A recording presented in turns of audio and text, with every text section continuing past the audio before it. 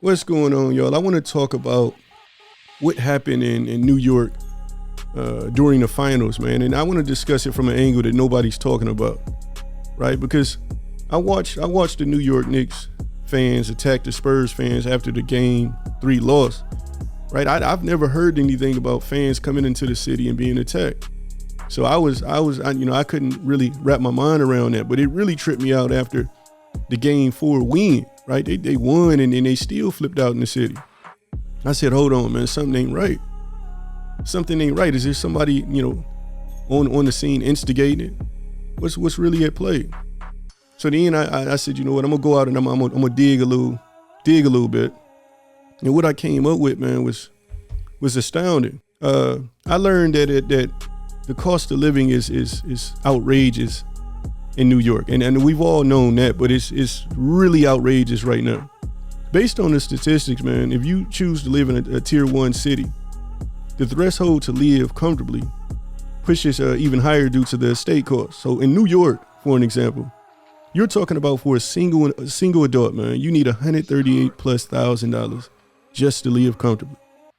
For a single adult, you need $138,000+ just to live comfortably. Excuse me, if your household includes dependents, a comfortable lifestyle requires a significant income to cover childcare, healthcare, and a large housing space. So you're talking about a family of 2, 3, or 4. You're talking about upwards of $200,000 just to live comfortably, man, in the city of New York. Now, peep this: 5 million plus people, New York residents, earn less than $60,000 a year. Now, as a single person, you need 138 plus. So you can take 3 working adults, place them in the same household, and they still don't have enough to live comfortably. Right? They still don't have enough to live comfortably. 5 million plus New York residents are making less than $60,000 per year. That's insane, man. So right now, as we speak, 5 million plus New Yorkers are experiencing food insecurity. You're not going to be able to get this data online because they downplay everything. They want us to second guess our struggles. You're not going to be able to find this data just looking. You got to really dig for it. 5 million plus New Yorkers are experiencing food insecurities right now. Man, that's a significant number, man. You're talking about $60,000 a year. 5 million plus people. No wonder they running around angry, man. It's tough, right? There is nothing else to cut. There's nothing left for me to cut. I have cut so much out of my life just to make it. When I say everything is high, gas prices high, I'm filling up my tank every 3 to 4 business days. 3 to 4 business days. Everything is high. Food high. Light bills high. Gas bill high. Gas prices high. Rent is high. The sky is high. I am tired. I made the most money I've ever made in my life. It may not be much to a lot of people, but to me, it's a lot. I could potentially make up, not to put my financial business out there, potentially take home $2,400, depending on how I work. My thing is, I never see the money. I never see it. Where is it? Where did it go? It disappeared. It's in my account and poof, out, gone. 2 seconds, out of there, gone. Like, just gone.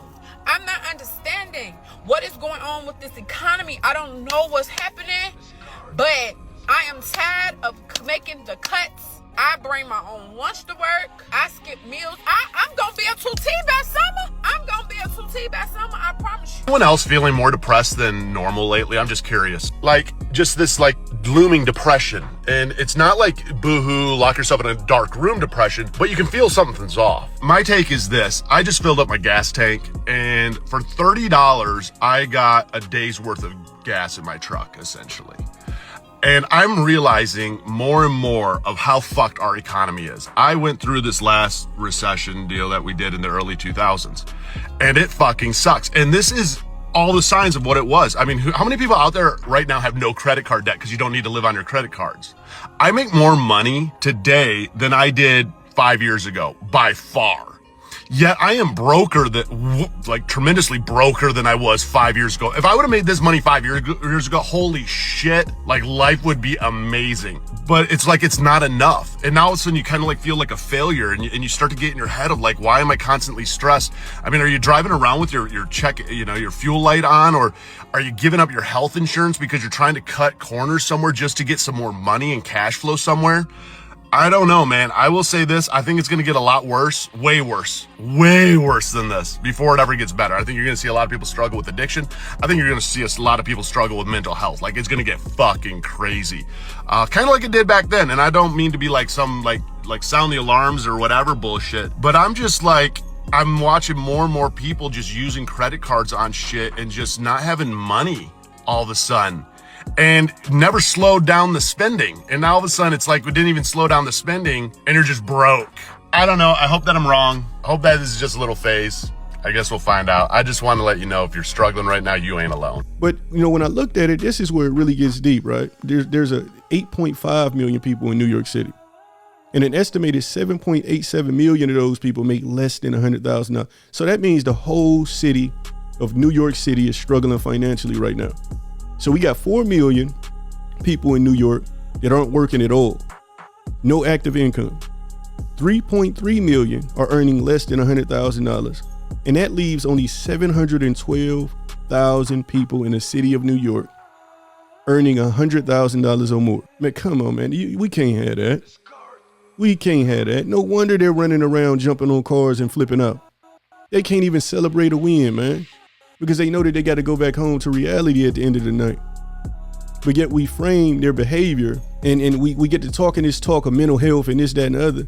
Man, there is no mental health crisis if people can live comfortably. It's not right, man.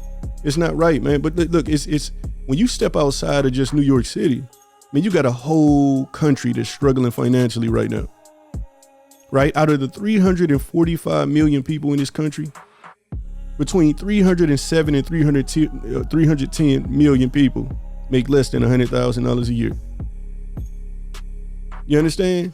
Between 35 and 38 million of those individuals actually earn six-figure salary. So we're only talking 35 to 38 million people in the country earning six-figure salaries. And as you can see, as you heard from the video that I played, $150,000 don't stretch like it used to. The people making $150,000 plus are still struggling. 73 million people are children under the age of 18, so they have zero income. 50 plus million people, retirees and students, do not earn a traditional salary. So we're talking between 113 and 142 million people, working adults, earn a personal income below $100,000. So you got a whole country struggling right now. They said in 2030 you will own nothing and be happy. This is what they mean. We're going to break y'all down. We're going to break y'all all the way down over the course of the next 4 years. By the time we re-roll into 2030, y'all going to be crawling on your knees. They got us paying for things that we should be able to go outside and pluck off a tree. They're selling us spring water. They're selling us, we got to pay to drive up a fast lane freeway. Man, how are we putting up with that, man? And they want to keep pointing out this being a mental health issue. Of course it's a mental health issue. We have 5 million people in the city of New York City making less than $60,000. In a city where a single individual needs $138,000+ just to survive. You understand? And in a country, between 307 and 310 million people are making less than $100,000. That's what you call a struggle. Everybody's living in poverty right now. Right? No matter how hard you push, the finish line keeps moving. Rent is rising. Transportation is rising. It's ugly, man. Everything rises except for our pay and our quality of life. Man, I'm not excusing nobody's behavior, but man, when you put people in strenuous situations, you can't dictate how they respond. You control food and you control housing. They got these commercial landlords buying up all of the property so they can raise the rent. It's all by design, man. If we're trying to understand what's happening in America, we have to stop and really look. People are under pressure, a lot of pressure. They're dealing with jobs that don't seem to go as far as they once did. You understand? And eventually pressure, seeks an outlet, man. And we know that. You see it, man. They take the alcohol, they take the drugs, they take the road rage or some other form of aggression. There's a legitimate reason why so many Americans seem to be on the edge. People are struggling, man. And when people pockets are hurting, society changes. Come on, we know that we got the data to prove that. New York isn't unique, man. That's the conversation that I think we should be having. But they never want us to have it. They don't want us to see the cause. They want us to focus on the effect. We've been trained to only focus on the outbursts. So we never understand the pressure, where it came from. And until we understand or we address the pressure, don't be surprised when tensions continue to explode. Again, the numbers don't lie, man. The struggle is real. And that's a conversation that we can't afford to ignore. And the evidence for decades has generally shown that areas with concentrated poverty and unemployment and inequality and economic stress tend to experience higher rates of certain crimes, especially violent crimes and property crime. This isn't a white or a black thing. This is a humanity issue. If you found value in this discussion, man, subscribe to Culture Life Support. My goal isn't just to talk about what's happening. It's to understand why it's happening and what we can do about it. Leave me a comment below, man. Let me know what y'all thinking. Do you think that the financial stress is changing the way that people are behaving in America today? I started full. I'm empty for now. I love y'all. I'll catch y'all next time.